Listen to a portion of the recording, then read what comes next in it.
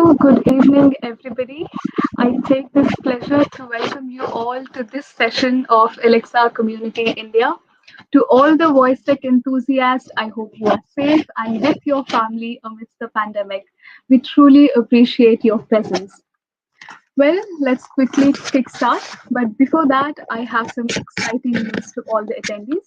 We are conducting an interesting giveaway for this session, like we did in our previous ones. Send us your name and email ID in the form URL mentioned on the screen, and the team would pick a lucky winner. And also visit skilltemplates.com and let us know which Alexa template by Dabble Lab you use or like the most, and share skills you have built using them in the comment section. One lucky winner will be chosen among the participants and announced at the end of the stream. Also, don't forget to ask us interesting questions here to win more. Good luck. Let us now set ourselves to the main segment of the event. We have with us Steve Tingiris, founder of Dabble Lab and an Alexa pioneer, to talk on learn and build faster with Alexa skill templates. Steve is one of the people to have built one of the first 100 skills in Alexa way back, even before Alexa Skill Kit SDKs were released. Created Alexa course for free code camp during 2016-17, and more than 100,000 people have taken this course so far.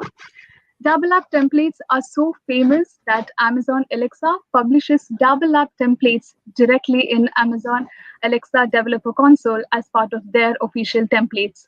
He is a true community person and helps in building more Alexa tutorial for free. We are really excited about this. Over to you, Steve. Thanks so much. For starters, I appreciate everybody coming out today. Happy Saturday evening to spend your Saturday evening building skills. That's pretty cool. I guess I guess that's one of our limited choices in these coronavirus days, but a good choice, and hopefully I'll make it worth your time. So my plan for today is to build a few skills along with you, and I'm going to be building them using some of the Dabble Lab templates. And before I get into building the templates, I wanted to just provide a couple of words and thoughts about why I started building templates and doing the tutorials. I do love sharing and hopefully helping other people to learn how to build faster. But honestly, I also do this for myself because I've found that a couple of things in the years that I've been developing.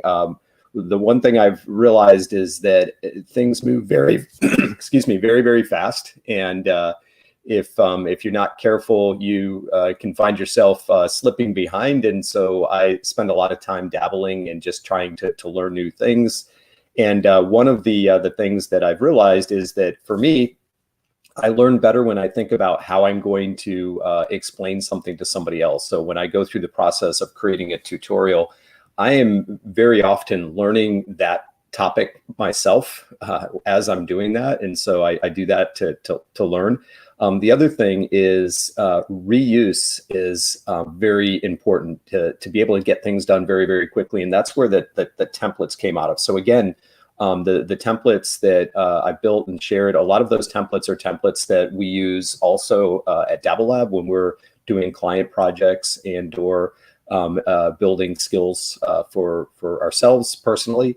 And having a template just makes the whole process go faster. So we've spent time taking these templates and packaging them and putting them out there for the community. But hopefully we'll get some ideas from you, and I'll show you in a few minutes how you can create templates yourself if you choose to do that and share them out with the community. There are two spots that you can get templates today, get our templates, the Dabble Lab templates. You can go to the Dabble Lab website, dabblelab.com, and then /templates. And then we have launched and relaunched another site called skilltemplates.com. And this has been sort of a side project for us where you can also get access to the templates.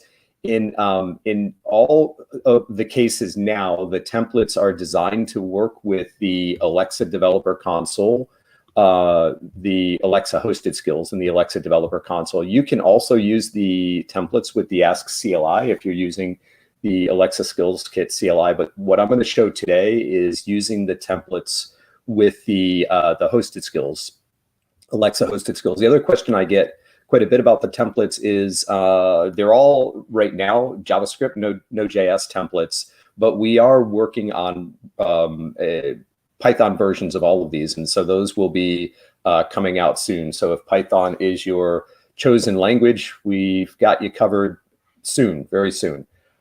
So let's see here. We are going to start with, there's 30 some odd templates right now. The ones that I'm going to be showing today, I'm going to start with the basic starter template here.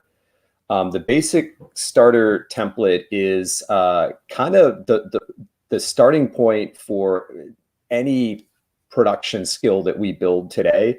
And the reason is there's like a lot of, well, I'll show you, but there's like a lot of just helpers in there. So it's just a hello world template, but there's a lot of little things in there that will help you get started faster. And then we'll also take a look at using the remote API example, which is a skill template for calling a remote API and incorporating the response from the API into your skill, which is pretty common. And depending on how we look for time, we might also get into building an audio stream skill. And there are a lot of other templates here. Most of the templates are not designed necessarily to be like ready to go, production ready skills. They're really more designed to show you how a certain piece of functionality works. So very often what you might do is combine pieces of multiple templates to make a final skill. There are a couple that are a little bit more complete, but and we're working on some more complete use cases. But for the most part, what we're really trying to do with a lot of these templates is show you how specific functionality works. So let's get started. I'm going to start. I'll just start here from skilltemplates.com. And I'm going to start with the basic starter template here. If you click on the template, we've also built a deployer. And what the deployer is going to do is it's going to basically take all of the template code that is part of the template, and it'll prompt you to log into your Alexa developer account. So if you don't have an Alexa developer account, that's sort of the starting point. Log in with, I've got multiple accounts, so it prompts me to pick the account that I need to log in with. So the Alexa developer account, if you haven't started building skills, you're just looking at this for the first time, this is the starting point. Developer.amazon.com. You can go there and you can, if you don't have an account already, you can create an Alexa developer account and then log in with that account. The Alexa developer account is free, incidentally, if you don't have one. I'm guessing probably everybody that's watching this, being part of the Alexa community, you probably have this covered. And right now, as our deployer, where did we go here? There we are. As we're waiting here, what's happening is after we authenticate, the Dabble Lab deployer is using the Alexa Skills API to push all of the template code out to the developer console. And you'll see in a minute here, when I refresh, this basic starter skill will be in there and ready for me to start modifying. It just takes a couple of minutes. While that's happening, I will also point you over to the Dabble Lab GitHub. If you go to github.com/Dabble Lab, we've got all of these templates available straight from GitHub. And this template that we're looking at right now, which is this basic starter skill, you can, as I mentioned, use as a starting point for building templates if you'd like. And we just launched this here. I don't know if you can see this deploy skill button. So you can, once you deploy your skill template, if you want to build one, you can include a button that will allow others to just click and deploy your skill template. And I'll get into this a little bit later. But for right now, we're going to just let this thing finish up here. It's just about done.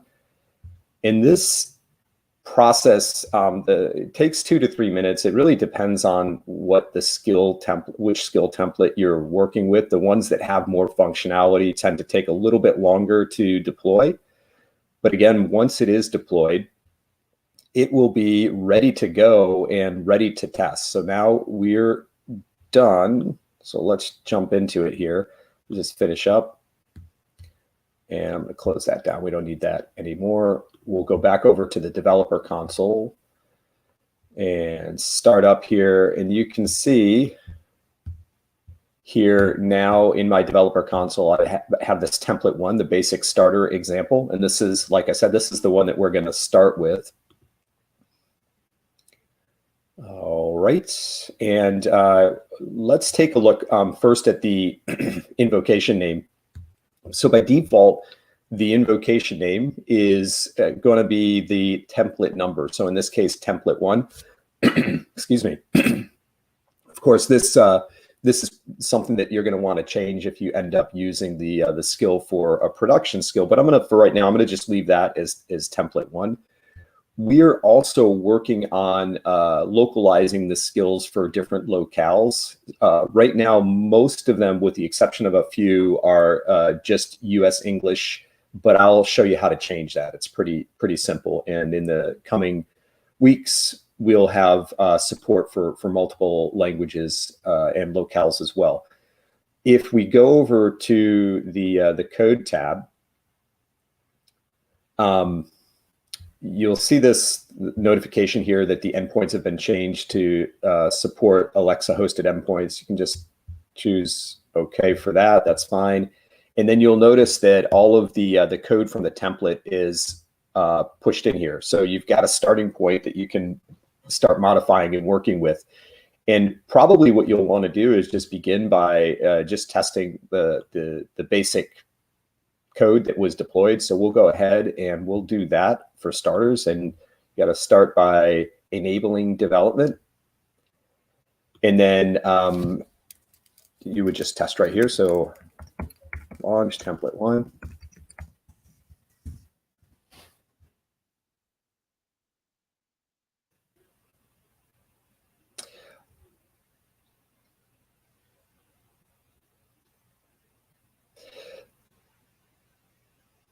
So this is an example of one of the additional features that's part of the basic starter example. So when you're working with Alexa hosted skills, using environment variables is not supported in the same way that it would be if you were using like AWS Lambda, where you can just go set environment variables as part of the Lambda function property. So one of the things that we've included in the basic starter is the .env package, which allows you to set environment variables in a .env file. And that's what this message is that we're getting here. So if we go back to the code, you'll notice that there is a file called example.env, and if we open that up, there's a couple of example environment variables here. And environment variables could be anything. So I just got here as an example one value, example two, but you could put anything in here. So these would be things that might be API keys, settings, things like that you're going to use in your skill. And to enable this, basically all we need to do is just rename the file from example to just .env, like this. And then if we do that and deploy our code, that will let us test it again. And while that's deploying, you'll note some other things in here. So like this template provides support for persistence, and it's using S3 persistence. There's now support in Alexa hosted skills for DynamoDB, and we are working on a template that will provide persistence for Alexa hosted skills using DynamoDB, but this one provides persistence using the S3 adapter, and this is the .NET env that I just talked about. Let's go back over here and test it again. Okay, so now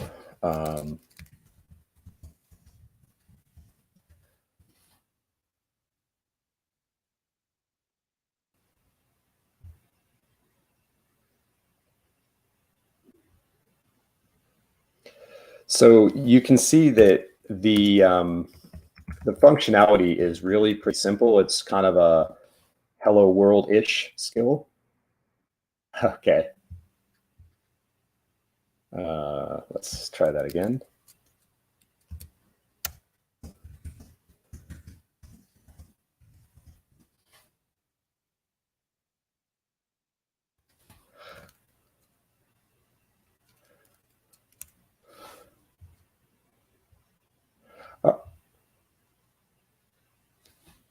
Let's see what's going on here. So it didn't get my name. But let's test that again and see if it gets it from the persistence.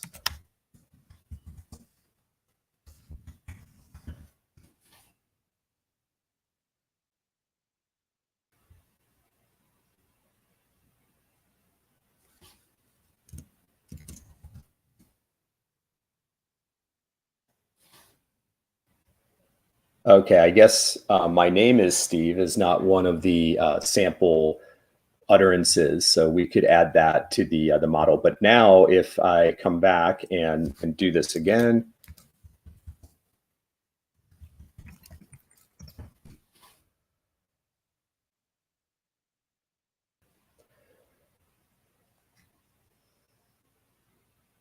okay, so you can see here the persistence is built in, so it's remembering me and greeting me by my name when I come back. The other things about this template that I think make it a good place to start if you're building a new skill is it's set up to support just some common best practices that you would probably want to make a part of any production. The main ones is support for multiple languages. So it's a big world, and when you get your skill out there, if you want to get traffic, you want to do your best at making that skill available to as many languages and locales as you possibly can. And so one of the things that we've included in this template is functionality to make it really easy to support other locales. So what I'm going to do is show you how you would go about taking this template and turning it into a template for another locale. But first, I want to show you that all of the language pieces, so we don't have anything hard-coded in here in terms of like responses that Alexa would give. So if you go through the template, you won't see any hard-coded responses. So you might wonder, well, where do I change that if I want to change what Alexa is saying? And the answer to that is not there. It's here. It's in the language file. So in here, you'll find all of the strings, and you'll also note as you look in here that it's set up with examples of how you can pass in variables. So this is what we heard just a minute ago. Hello, Steve, welcome back. To learn more about the skill, say learn more. It's also set up to support variations. When you're building skills, one of the things that is a best practice is to provide multiple different variations of the things that Alexa would say, especially if it's a skill that people are using very often, so it doesn't get repetitive. If the skill just keeps saying the same thing over and over, it's not as natural sounding as if you have different variations. So you can very easily just do something like this. Actually, let me change this. Hi, Steve, or whoever the user is.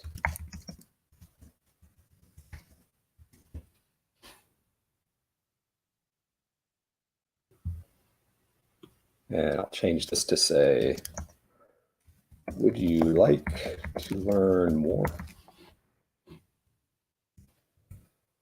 Okay. And we'll deploy this and test this out. And the way that it works is it's random. It's going to pick one of these variations. So if you had 10 of them in here, it would randomly pick one of the 10. It doesn't go sequentially. So we might need to try a couple of times to hear, or a few times to hear this first one. But once this finishes deploying, we'll go back and we'll test it. We'll see what we got. Let's see. So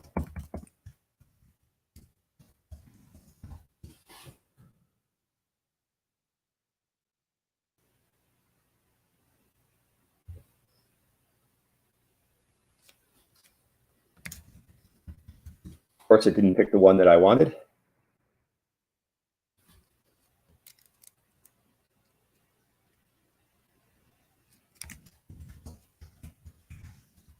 So we'll try it again and hopefully we'll get lucky.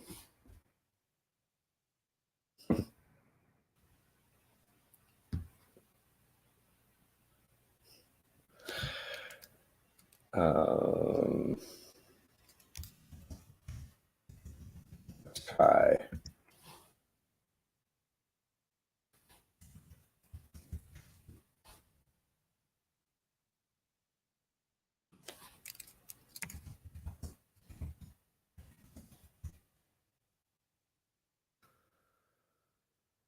Maybe 3 is our lucky number. Of course, of course. Okay, so it is making a liar of me. Let's do this. Just so we can test that case.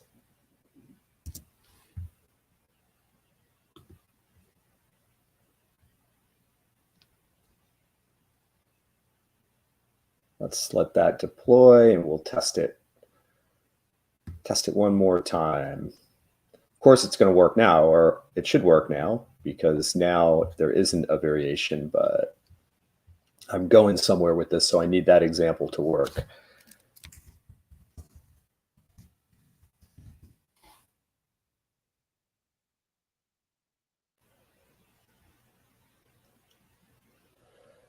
Okay, so I wasn't able to show you what I was trying to show you, which is that it varies the response back because it is random. So it's going to pick whichever one it picks. And our last 3 attempts, it kept picking the original example. But the other point that I wanted to make here is we also have support for like dealing with yeses and nos, like single response answers as part of the template. And so this is something that on the our YouTube channel, we've got lots of tutorials, and on the website, but we get a lot of questions about just how to like best deal with single word responses. And so I'll show you how that works if we respond.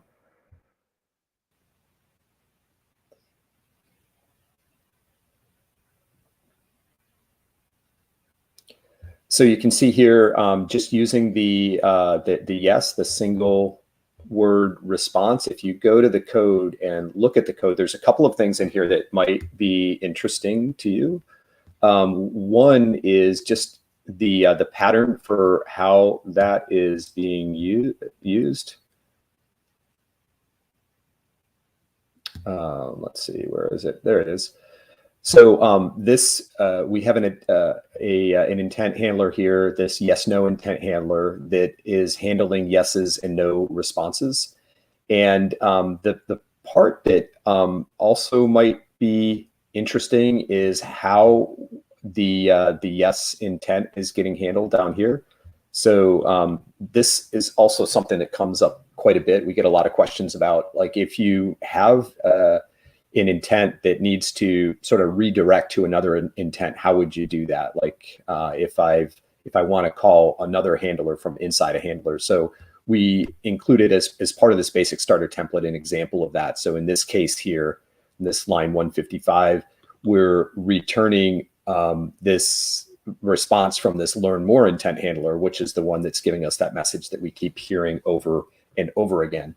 So a few, again, what I would call sort of boilerplate things that every skill should have if you're just starting with a basic skill. The other thing that's in here that I think is something that every skill should have is, I'll show you.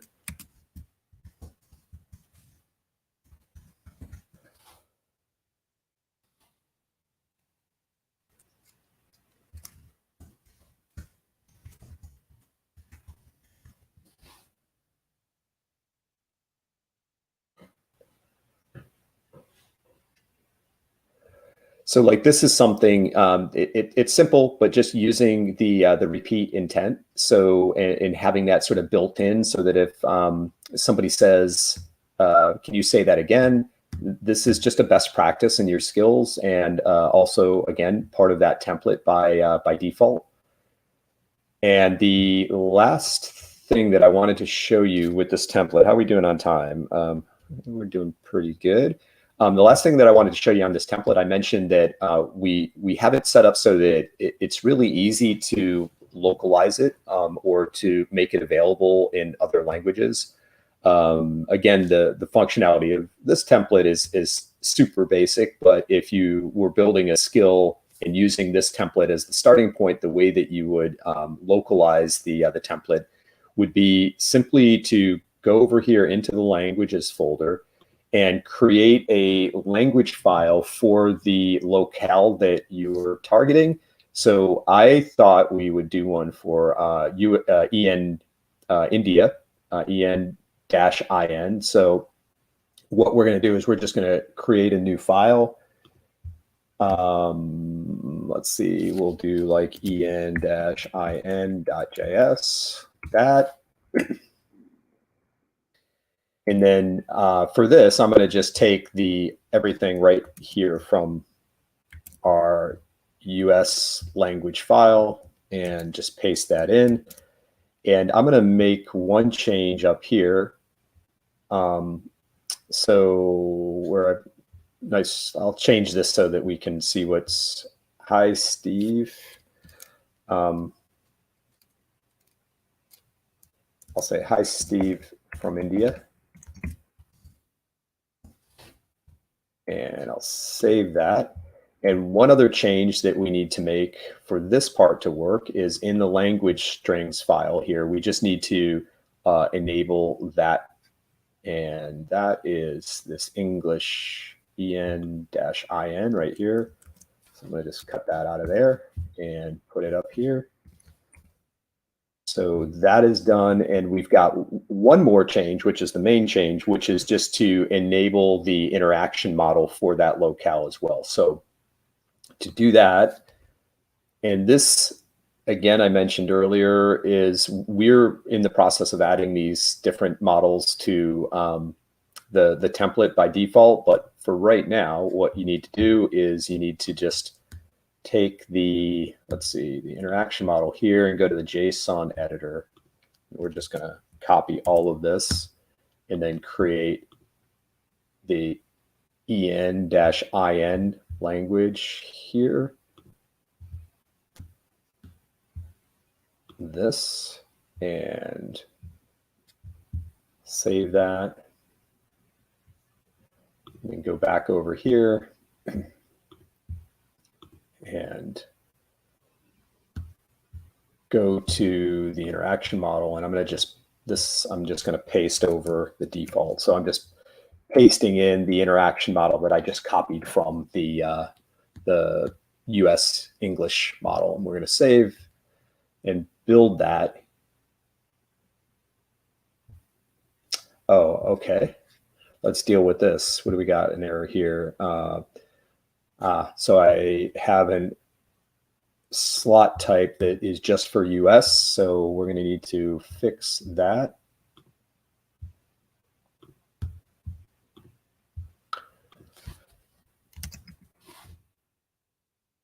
That should fix it.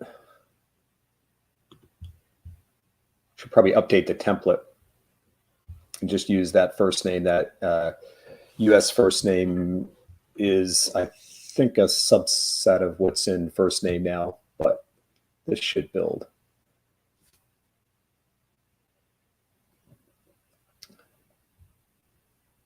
All right, and while that's building, just for time, we're going to go back over here, and I'm going to deploy another template, this remote API,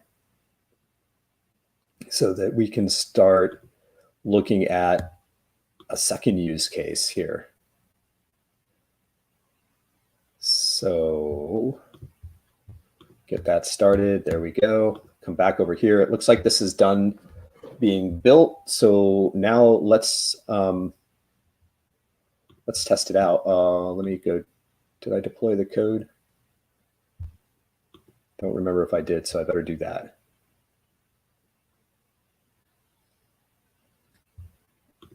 And then once this is done deploying, we should be able to test it.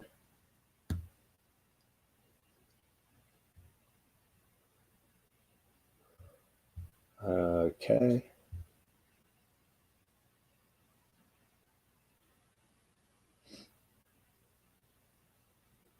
Okay. So now if we come over here to test, this time we're going to test the English India version, and same thing.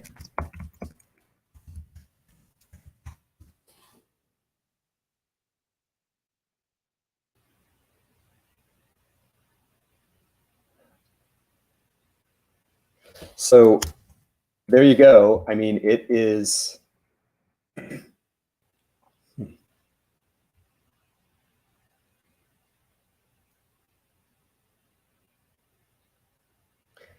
Okay, I'm guessing you probably know where to get templates after listening to that 100 times in this stream.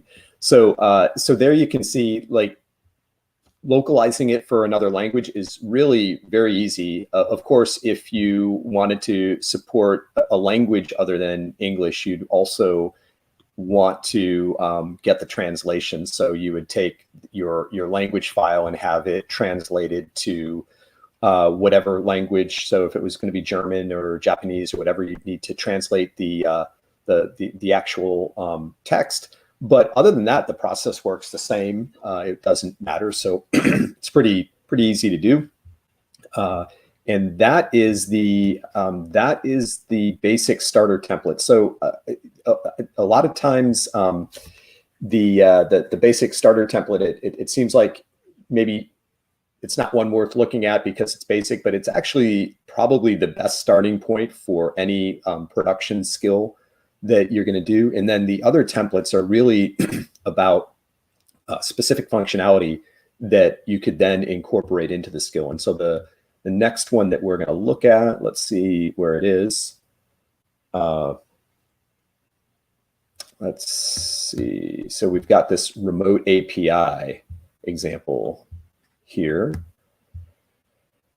And this one is based on a skill that I did a long time ago, probably 2016 or 2017. That was just a really, I don't even remember the name of the skill anymore, but it would tell like how many astronauts were in space. And I used it the other day just to see, after the SpaceX launch, to see if it pulled back all of the astronauts who are now in the International Space Station. And we're going to use that one as a template. It looks like it is ready to go.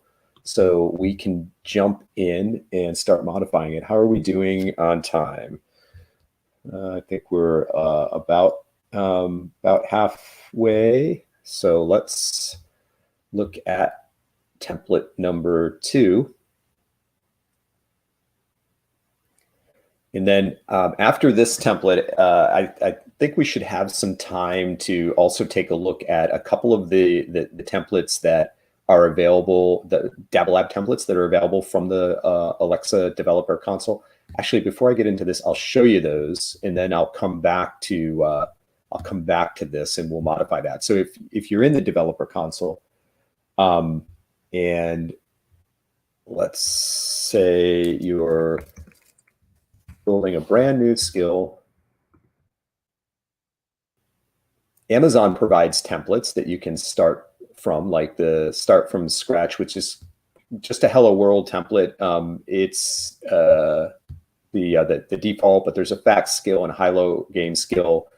And then if you come down, there's a couple of our templates in here. So there's this scheduling skill template from Dabble Lab and this survey skill template. And these two are more complete than any of the other templates that that we've built, meaning that they were really designed to be almost production ready. So the scheduling skill is a skill template that would allow somebody to schedule a meeting with you using Alexa. And it has support for tying into your calendar to check to see if you're free using Google Free Busy. And then the survey skill is, like the name implies, is a template for creating a skill that would allow somebody to respond to a survey. And the example that we use in here is like a standard stand-up meeting question. So if you've been part of a stand-up meeting, which I'm betting that some of you watching this have. A stand-up meeting typically is 3 questions. What are you working on? Or what did you work on yesterday? What are you working on today? And what's blocking you? And those are the 3 that we used for this. This one also shows an example of how to create like a semi-private skill. So this one prompts the user for some authentication. I'll come back to that and I'll show you. But those are 2. I think we'll have time to do that. I'm gonna bail out of this for right now. We'll come back to it and we'll go over to our template 2. And we'll test this out like we did the last one, and I'll just show you the default functionality. Here we go.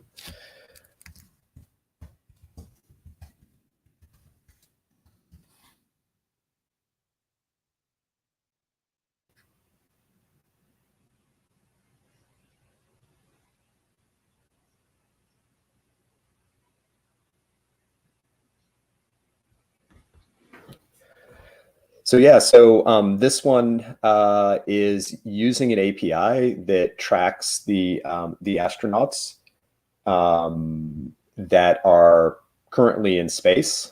Really simple skill, but it was one that I created initially when I was trying to understand how to call an external API and use that in an Alexa skill, and so that's why it became a template. So let's take a look at the code, and this one I'm going to actually go one step further. I think we've got time. I'll actually build an API and show you not just how you can call an API from Alexa. I'll also build a simple one for you, and you can kind of get that down too. So like right here, this is using the HTTP, the native request and response that's part of Node.js. Where is it? Yeah, here it is, get remote data. So it's not relying on any third-party modules or anything like that. And so you can really pass any URL in here that's going to respond, like this is a GET request. So if you were just to take this URL and paste it in the browser, you can see this is what the skill is getting back when it makes that request, which is JSON. And so if you wanted to use this template to call any API, it really is just a matter of replacing this URL and then modifying this this code to do whatever it is that you want to do with the data that's returned by the URL you're calling. And I'm gonna actually create an API so you can see it. And I'm gonna use Twilio. I'm a big Twilio fan, and they have a functions. You could use AWS for this, like Lambda, or gosh, there's 100 different ways you could do this. I'm going to use Twilio functions because it's super fast. So I'm going to create a service, and I'm going to call this Alexa API demo.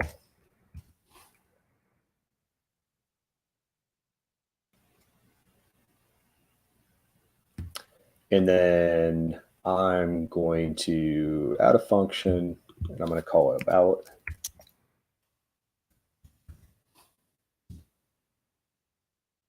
And then in here, so this is going to be, I'm going to make it public. This is going to be our API endpoint. I'm going to just get rid of all this junk here, and I'm going to create a response that is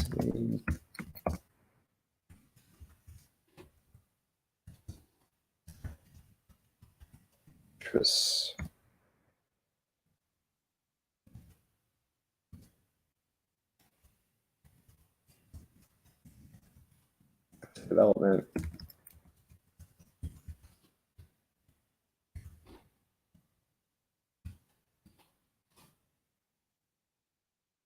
What is he yelling at me here for?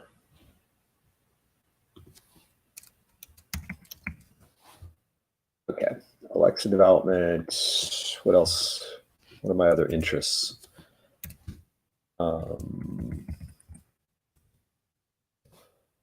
I also I've been messing a lot with GPT-3, which is also fun for me.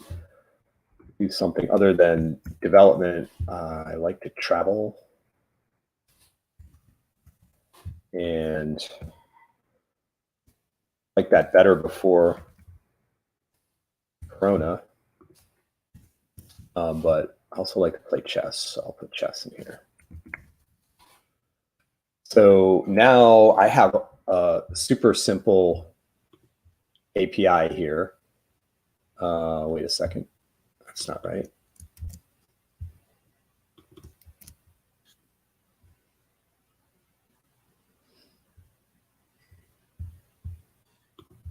Deploy it again. And when you click deploy, once it's deployed in here, it will create an endpoint that we can use to pull this data. So by making it public, it's publicly accessible. And so you can copy the URL from down here. And I'll just make sure that we're getting our data back just like we did for the ISS. So now you can see it's returning JSON just like that. So I have my API set up. So I'm done there. I'm going to come back over here and I'm going to just modify this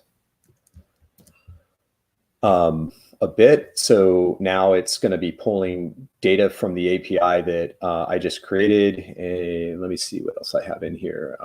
There are currently, well, we're not talking about astronauts anymore. So I'm going to just change this to say data name, which is one of the properties that we're returning. So see this name here, which is me. So I'll say data name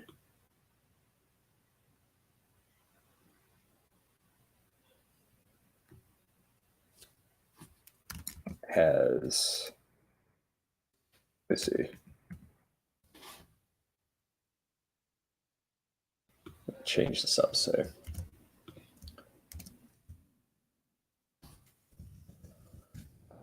Name has length, which is the count interests.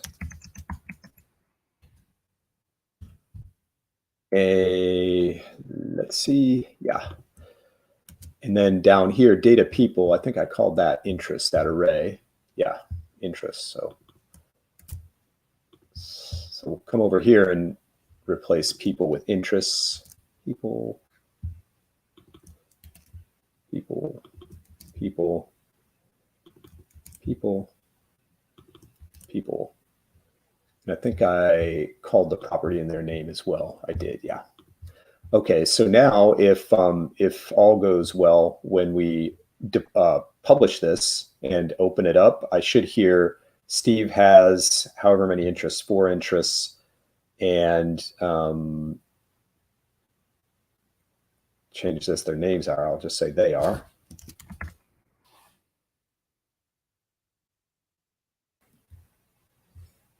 Did I miss anything? Data interest length. Yeah, looks good. So we'll deploy it.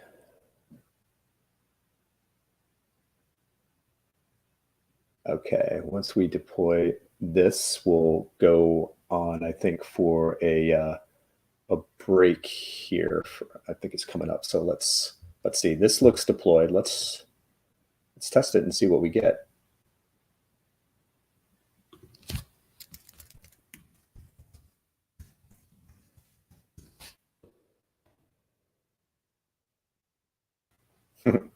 We're getting an error, so that can't be right. So, or it's not getting into our code here. So let's see what we've got, what the problem is.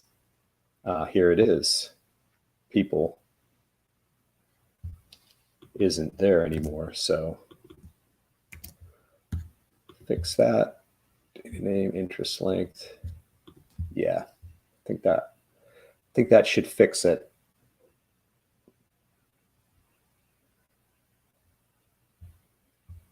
Okay, let's test it out.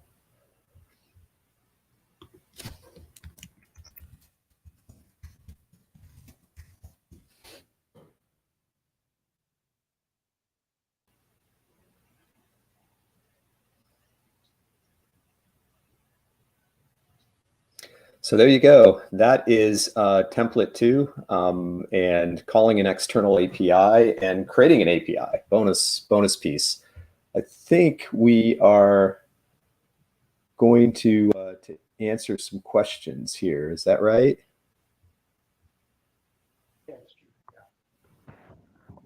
Steve, it was quite interesting, and people were really loving it. And I can see a lot of good words. So I can see some people are mentioning. So Dabble Lab templates are literally a great help, and the best thing is that they're really to the point. Okay, and one of the audience mentioned it. Dabble Lab is a one-stop solution. So there are a lot of good words about it. Yeah, let's come to the question. Yeah, we really appreciate it. See. So let's come to the question. Yeah. So one of the person has asked it. So which skill template has been most widely used? So primarily they want to have idea related to the Alexa skills. What is a good area to build it? In this regard, he asked it also which skill template is the most widely used. Yeah, the most popular one is the audio streaming template. That one gets the most downloads.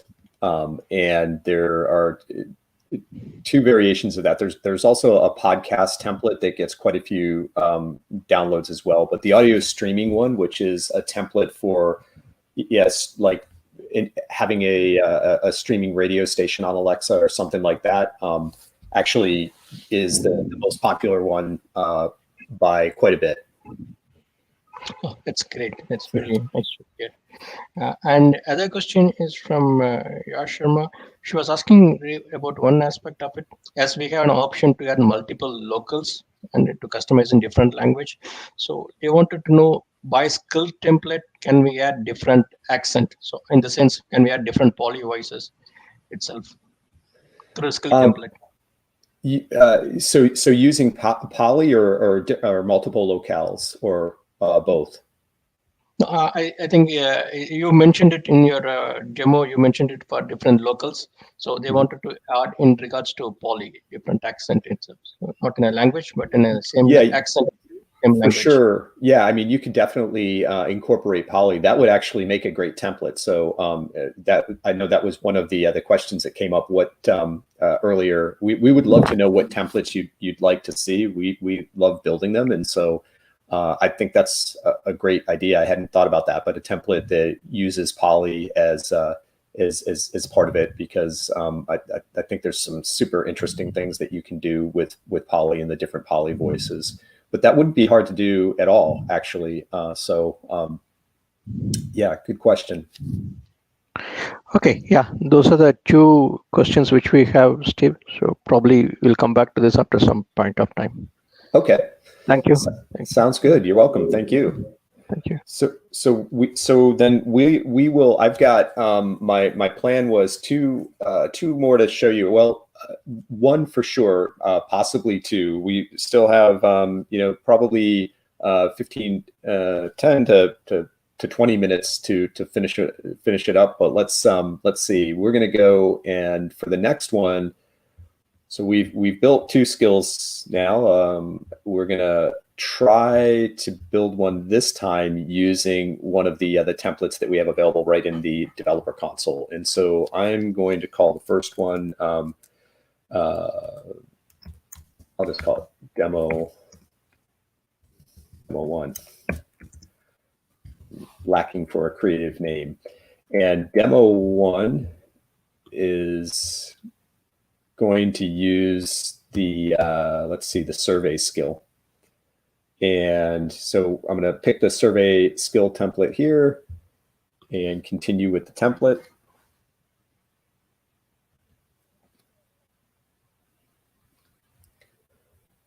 And once this deploys, the process is pretty much the same. So just like we walked through using the Dabble Lab deployer, it's pretty much doing this same process, pushing the code template out so that you can just jump in there and start modifying the template.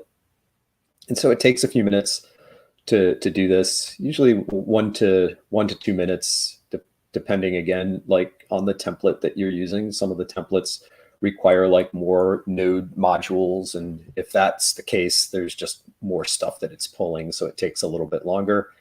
But once it is done doing its stuff, then we can just go ahead and start modifying the template. I always like to start with all of the templates. My workflow or process is once the template's deployed, I immediately just go test it just to see what it does right out of the gate. And then I usually will like go through and look at the code and see how much I can wrap my head around what it's doing by just doing a quick code review. And then I start modifying from there. So I think this is getting pretty close here. We'll let that, while that's going, I'm going to go back over here. So this is for the person that asked which is the most popular template. It's this one here. This audio streaming example is the one that gets the most downloads. The remote API gets quite a few as well. Surprisingly, the base, I think this is probably just the name. I think we should rename this, but the basic starter example, I think when people see that, they just think, oh, it's just a basic template. So I don't need that. I want something that's like more functional. But actually the basic starter template is the one that is, I mentioned earlier, the one that we use the most, just because it's sort of got all of our best practices and sort of core building blocks in there. Let's see, how are we doing? Okay, we are good here. Like I said, first thing I usually do is go test. Demo 1 is what we used as our invocation name. So I'm going to go over here and enable testing. And then launch demo 1.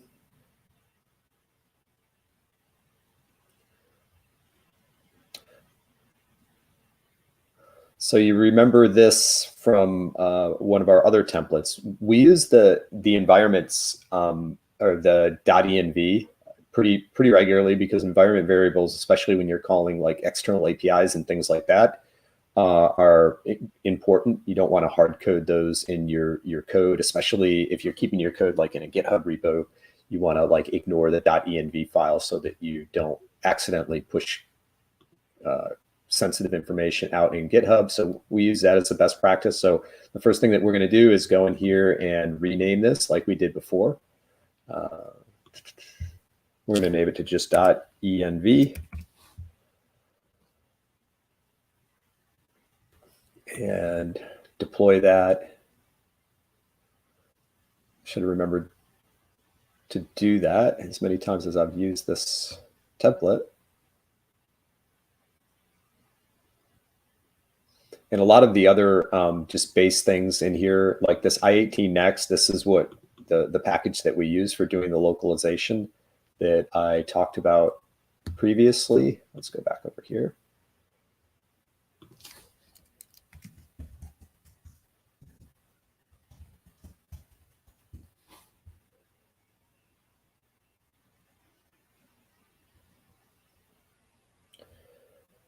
So this is what I mentioned before. This skill demonstrates kind of it's not like a heavy duty authentication. It's more of a like a light authentication. But if I do like 4, 5, 6, 7, 8, just some passcode.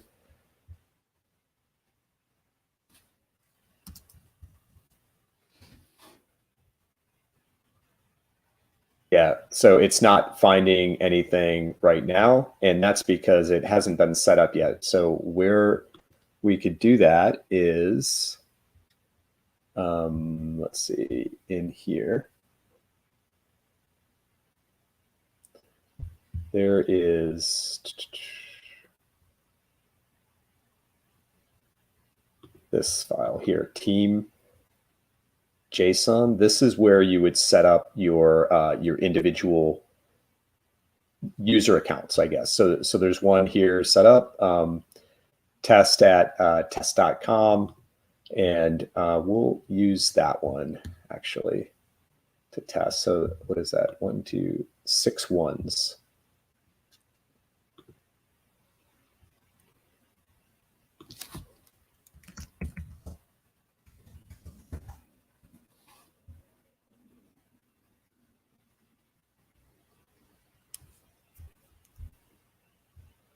111111.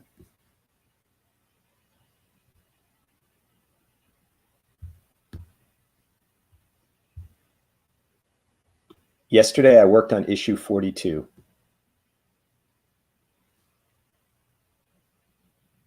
Today, I'll work on issue 43.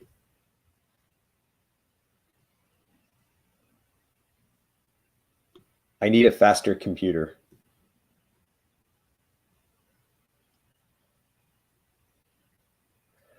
Okay, so this is a really simple example, but like I mentioned,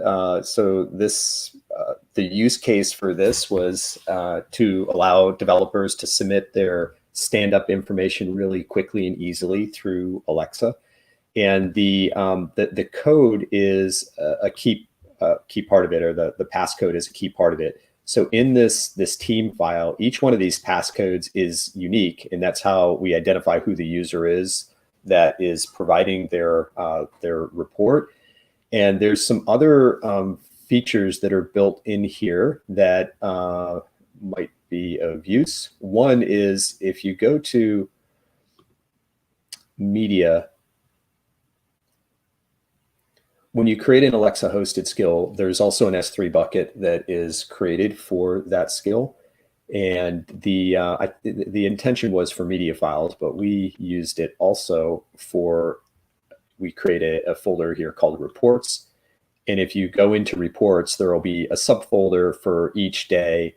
And then in the subfolder, there's going to be a file that has you can download this, but a file that has the report in it. So the answers to the questions. Probably what you're going to want to do, though, is set it up so that the report gets emailed to somebody. And that is done by configuring the environment, the env.env file. So this information is in the environment. And we used SendGrid, which is a service for sending email. This could be done with any email service. It could be done with MailChimp or a simple mail service from AWS, really simply. But basically what you do is you create an API key, a SendGrid API key, and then your from email is the sender email, and the to email is the manager or whoever it is that's going to get the stand-up report. So they would get an email with the answers each time somebody responds and goes through the survey. They get an email, and that gets sent through SendGrid. Let me show you the code here real quickly. How are we doing? I'm fine.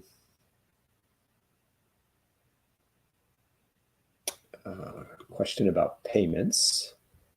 There is a skill template for doing payments. There's one of them, I think it's the ISP, the in-skill purchase template is what it's called. I can't remember what number it is, but we'll take a look at that in just a second. Okay, so the code, I wanted to walk through, get rid of this here. So a lot of the other elements that we talked about are incorporated in this template as well. The localization is done the same way, and down here, I'll show you where the email is getting sent, because this is also something that we get a lot of questions about, sending email from a skill.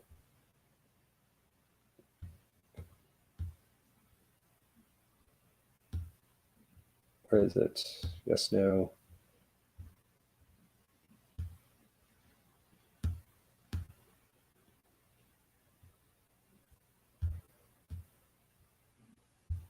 Localization, user, here it is.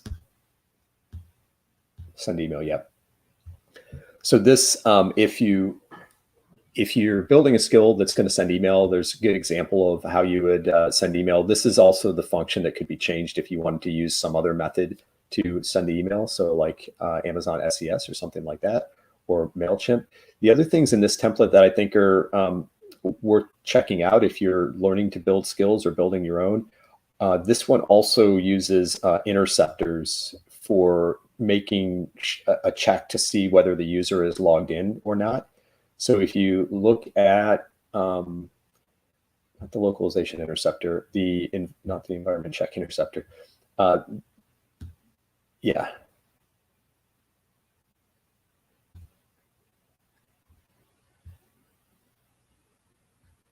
Where is it? Which one am I?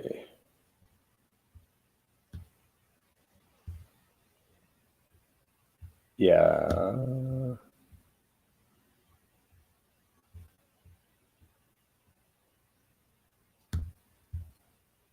I guess we had done that in the environment check interceptor. Let's see.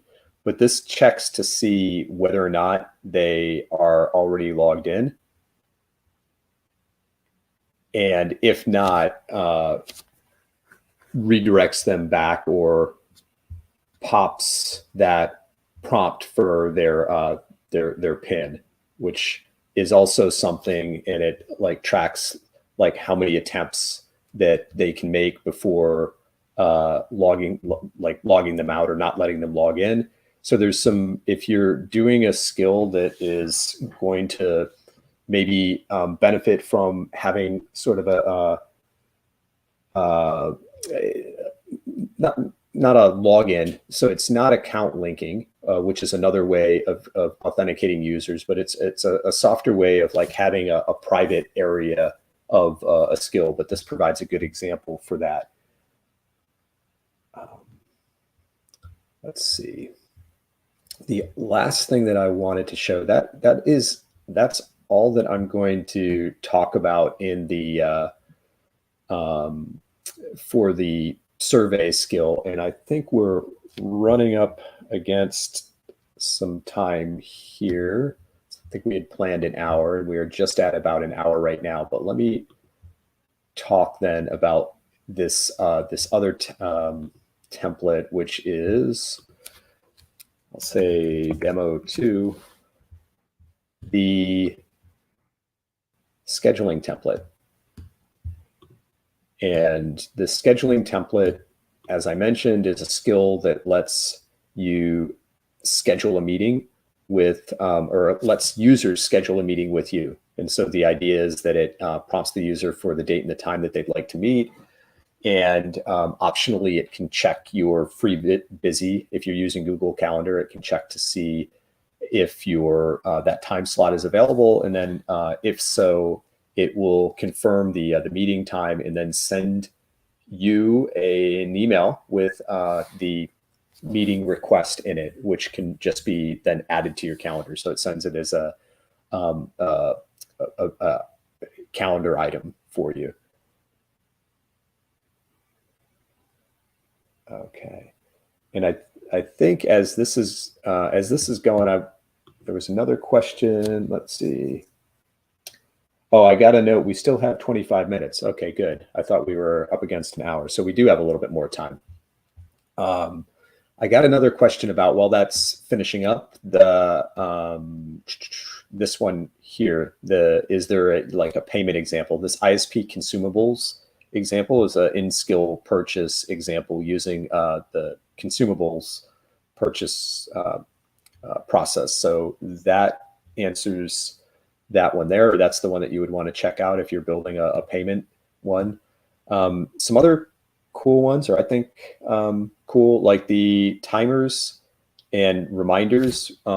In both of those, there is an example of using the voice permissions, which is a way that users can enable permissions using their voice. Like it prompts them to say, would you like to enable timers? And then the user can say yes. And that is that's pretty new. I think like within the past year, the voice permissions, I'd love to see that for everything.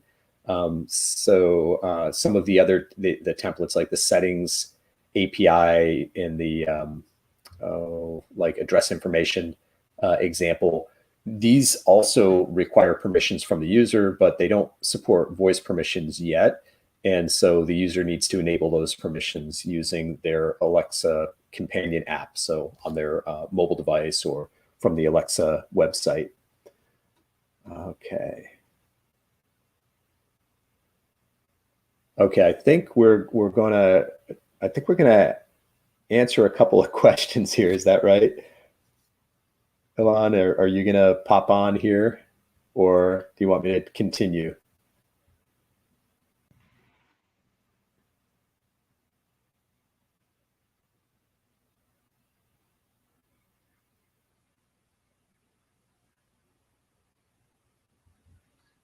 I see you.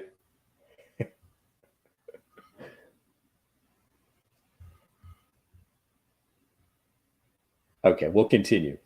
All right.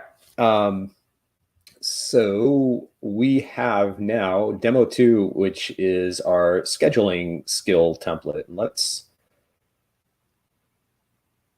do the same thing, go and test, but this is going to also check for the environment variables. And we've been through that a couple of times. So I'm going to review the code quickly. We'll start with the .env file, and there's quite a bit going on here.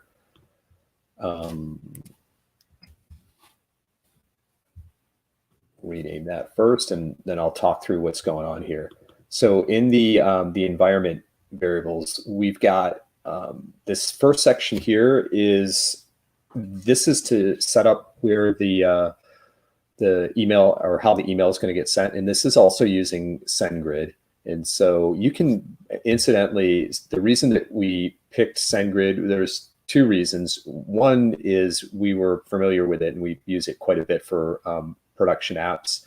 But the other is they have a free tier and it doesn't require a credit card or anything to sign up. And so everything that we do in any of the templates works with their free account, and it's pretty easy to do.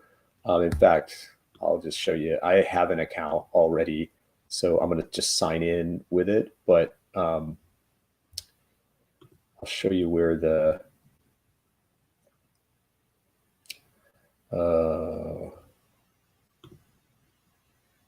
skip that for right now.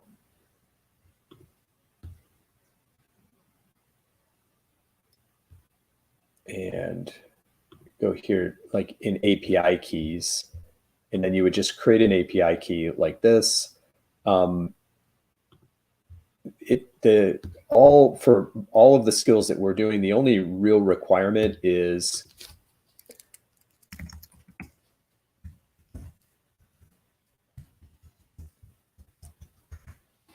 I'll create a new API key. The only real requirement is that you can send. So this one here.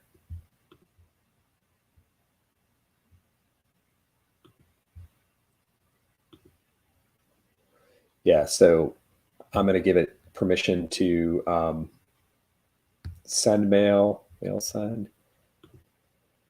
And then when you create it, you, of course, should never show this to anybody, but I'm going to just delete this. It doesn't matter, but basically this is what you need. You need this here. So you would go then in here for your API keys. Let's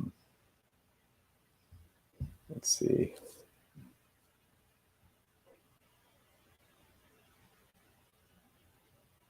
A couple of questions that I'm going to look at in just a second here. But you would paste in your API key here, and then the from name would just be whoever it's coming from, and I'll just say Steve.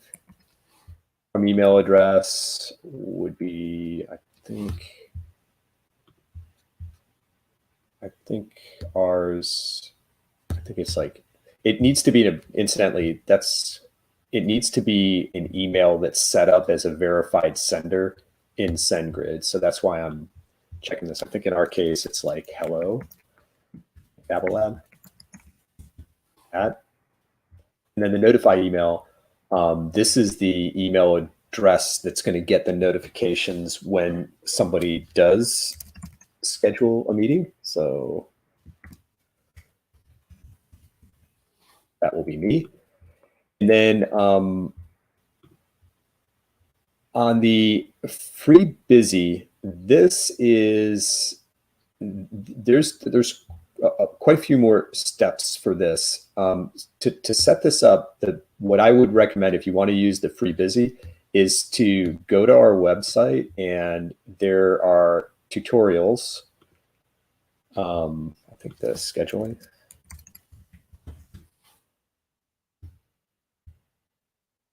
This one here, using the Alexa scheduling skill template.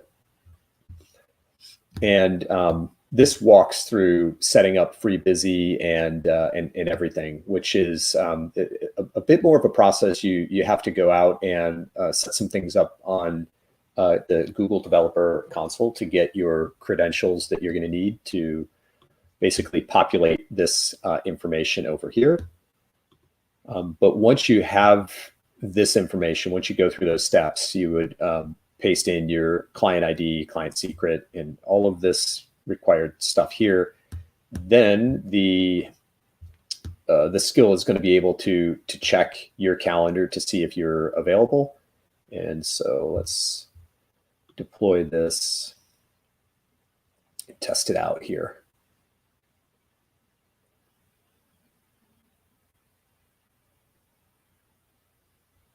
And then I've got a few questions. Okay. Is there any special advantage of using I18N language library?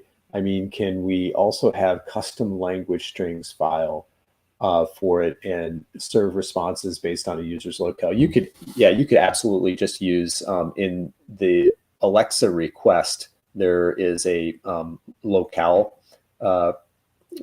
property or a value that comes over. You could just look at that and respond. If you're supporting a lot of languages, my experience has been like the I18 Next library is really, really good. And it does a lot, just like handles merging variables, like I showed you in, in the example, like having multiple response types. It just does a lot. And so spending a little bit of time with that library, I think would really be time well spent, because it's does a lot of the heavy lifting. But to answer the question, you absolutely could just look at the locale and do it yourself. Let's see. Another question, will these templates work for the Echo Show also?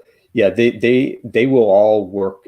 The lowest common denominator with Alexa is voice first. So all of the templates will work in just a voice environment. But if it's got a screen, they don't necessarily all have visual elements, but they will work. So they'll work on a show or a dot or whatever your Alexa device is. They'll work across all Alexa devices. Let's see.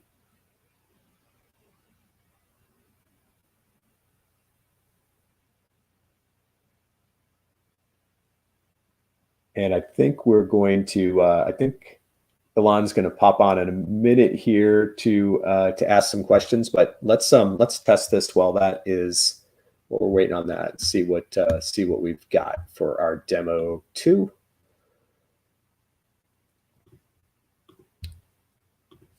Let's see, we will go launch demo 2.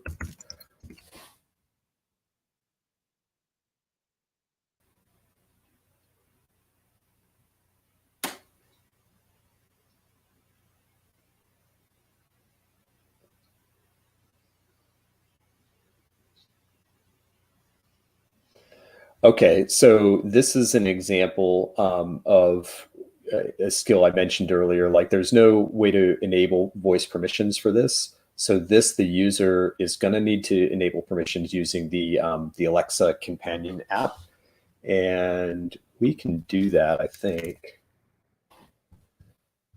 just through alexa.amazon.com. I think this is prompting me. So this is demo 2. So I'm going to the settings here. Users normally wouldn't do this from the web, but you can as developers.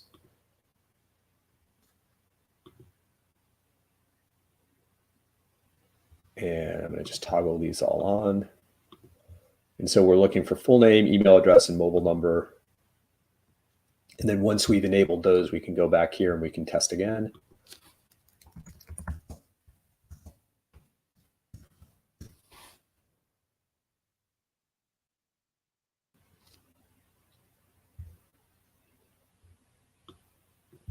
Yes.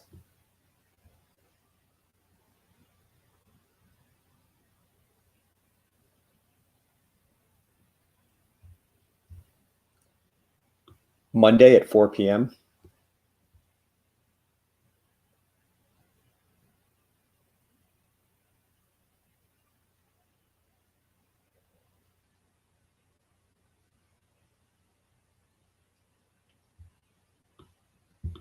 Yes.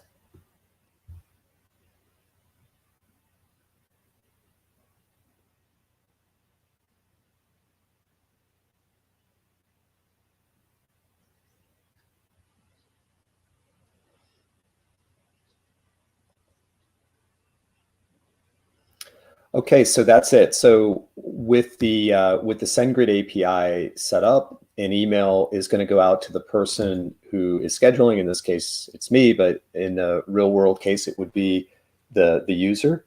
And let's see. I'll show you. It also gets saved, just like the survey skill. We save all the information to S3 as well. There is a folder called appointments. If you go in there, you'll see all of your appointments, and you can download. We save them in an ICS, a calendar format, so you can add it right to your calendar. But if you're if you've got the email set up, it'll just email straight to you. And the way that we're getting the user's email address is from the user's settings. So that is what the permissions were all about. So when the user enabled permissions that allow us to access their email address, we don't need to prompt them for their email address. We can just pull the email address from the Alexa permissions. So that is it. We're gonna save some time for a recap here. We, in I guess about an hour and 20 minutes, built 1, 2, 3, 4 skills, and you can hopefully see that building skills from templates doesn't take a whole lot. And whether you're just using them to get familiar with Alexa development, or you're using them as a starting point for one of your own personal skills, or you're building a skill for a client, if you're freelancing or something like that, hopefully they'll help you build faster. And yeah, I think we will go live here, and Ilan has some questions, I think, or comments. Thank you, Steve. It was really wonderful, and building a skill in four skills in just 1 hour, 20 minutes is really great. Not only we built it, and you walk through that each and every skill of the code. That's a really kind of amazing part of it. That's a thing. And one thing, Steve, which I wanted to ask is, as in the skills, whatever templates, whatever used, I'm pretty sure you not only use a skill template, but even it use a lot of design patterns, like interceptor, what you mentioned about it, and other things. So in my opinion, basically it is a very good code. So people who wanted to build the skill not only use a skill template for building the skill, but looking into the code, they will learn a good coding skills also. Some of the design templates which they can look into it, other things. So in this regard, can you mention some of the design templates which you have used, Steve? So that will be really good for the audience, so they can also learn from it, and it will be interesting for them. Yeah, so there's a lot of things.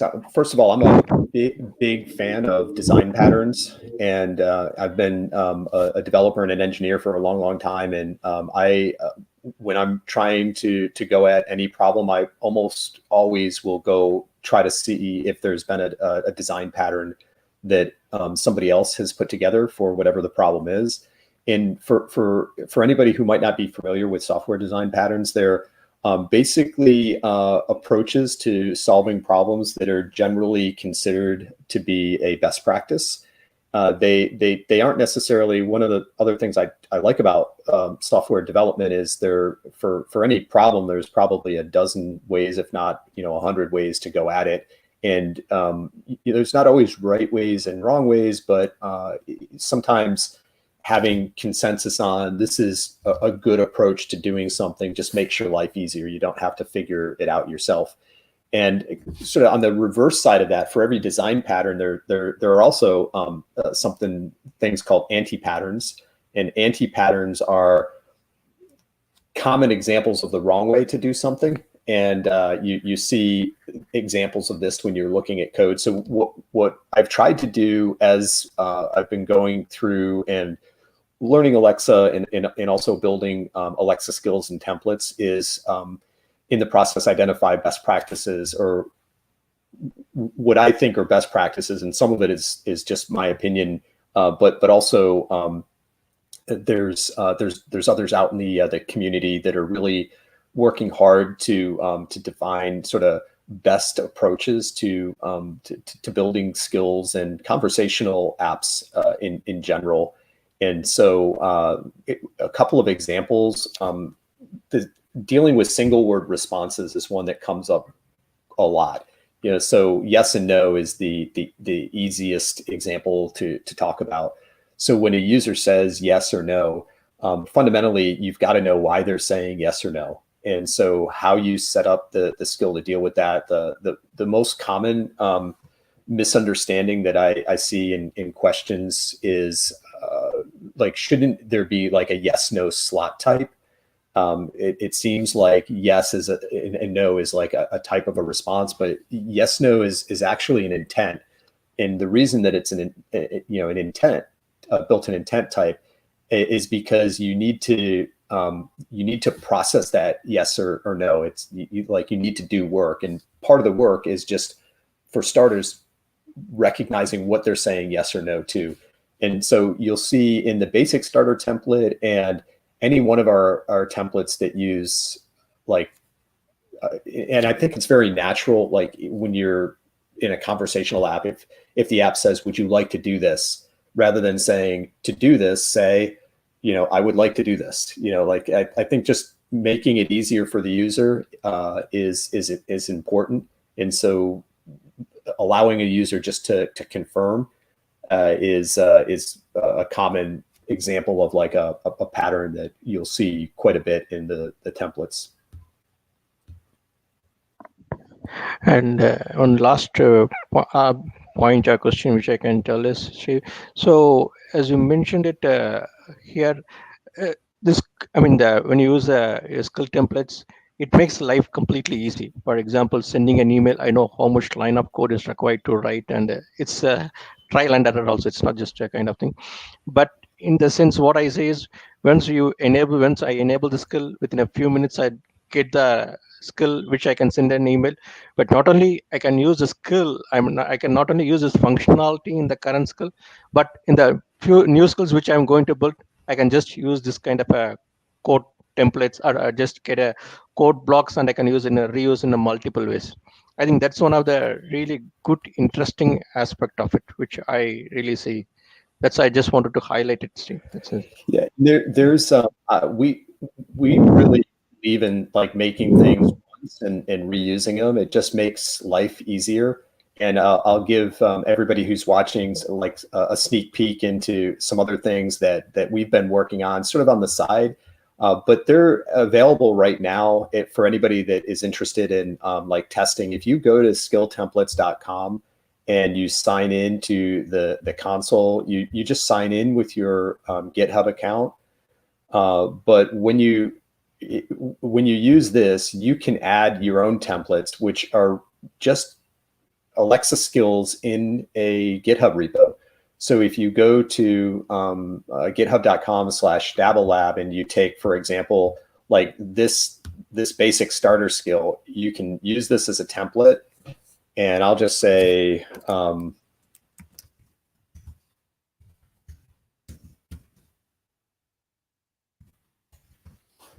just create a new template from it. And so now I've got not a fork, but just a replica of this original template. And if I copy this and go back over here,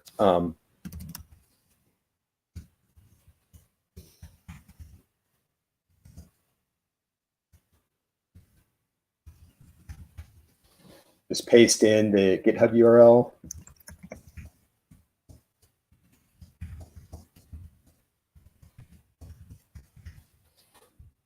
And I'd save that. And then this tool will go through and validate the template, make sure that it is structured in a way that the deployer could deploy it.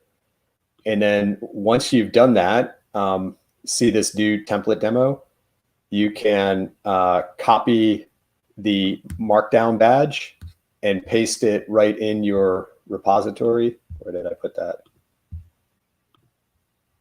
Yeah, here. So if I edit this,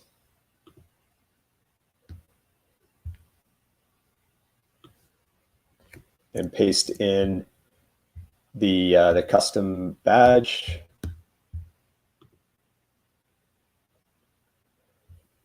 now I've got a GitHub repository that if anybody visits it, they can just click on this and they can deploy whatever template you've created.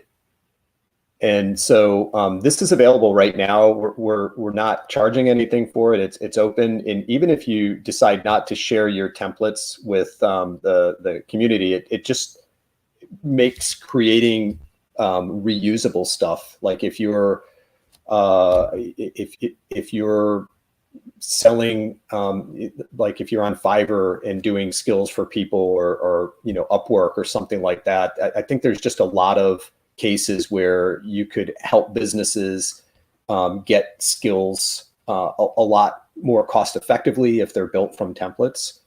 The other thing that we're working on right now, for those of you that, and I'm guessing a lot of you do, like follow some of the new updates that Amazon's constantly announcing about Alexa, but the controls framework allows you to build reusable components that can be sort of a piece of a skill. And so we're working right now on a way to share components, so functionality rather than an entire skill, functionality that you might want to incorporate as part of your skill would be in there as well. So these aren't things that we've like publicly launched yet. I guess we have right now because this is public, right?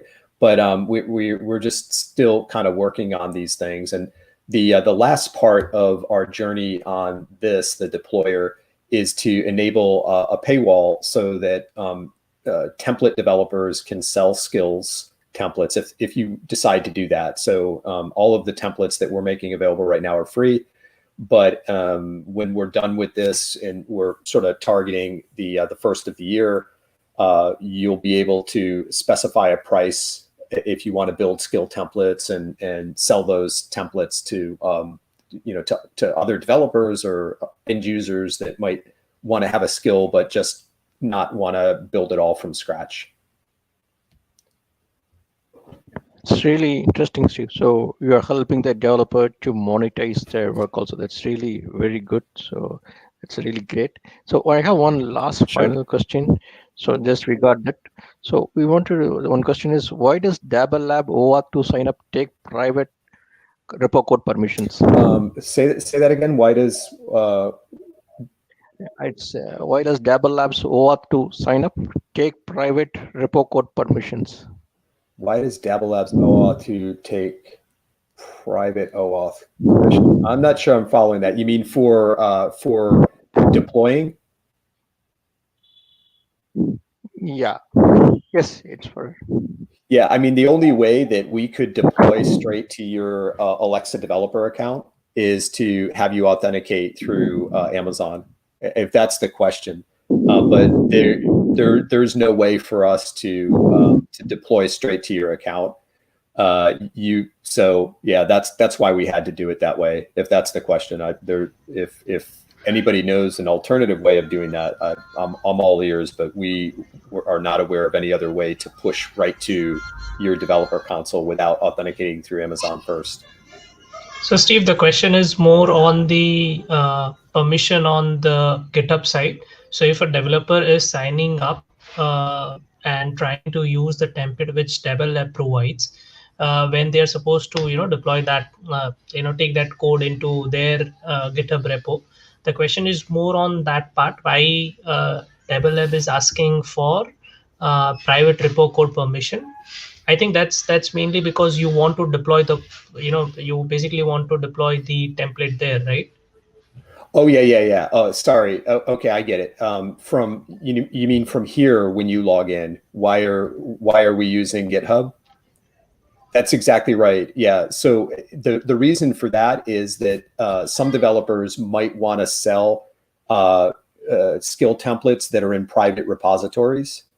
And so for us to be able to access the private repositories for that purpose, we need to be authenticated. And that's the reason for that. So you can share skill templates that are not just in public repositories. Thank you. Thank you, Steve. Yeah, I thought the question was about the AWS part. Yeah, I understand. Thank you, Steve. Thank you for patiently answering our all the attendees' question. So just we want to have host on the call. Thank you. Yeah, my pleasure. Thank you so much, Steve. Thank you so much, Ilan. Yeah. Thank you. This was fun. I really enjoyed the opportunity to talk today. Thank you very much. Well, I'm sure all the attendees are waiting for the campaign results and have submitted their names and ID in the form. The lucky winner from the set of attendees to submit their ID is Anasuya. Yes, congratulations, Anasuya. Next up, the winner for posting about their best skill built using the templates in the comment section today is Ankit. Ankit Gupta. Congratulations, Ankit. Well, a quick note to all. The team is going to launch a campaign today, and we hope that you all submit your best answers on an innovative template idea, which can be built and placed at Dabble Lab store. The campaign is up for 24 hours, so tweet us the best of ideas for templates and take home exciting goodies. Well, with that, we've reached the end of this session for today, and it sure has been really interesting. I thank the entire team of Alexa Community India and all the participants for making this session a successful one. Thank you so much, everybody. Have a great evening and stay safe. Thank you.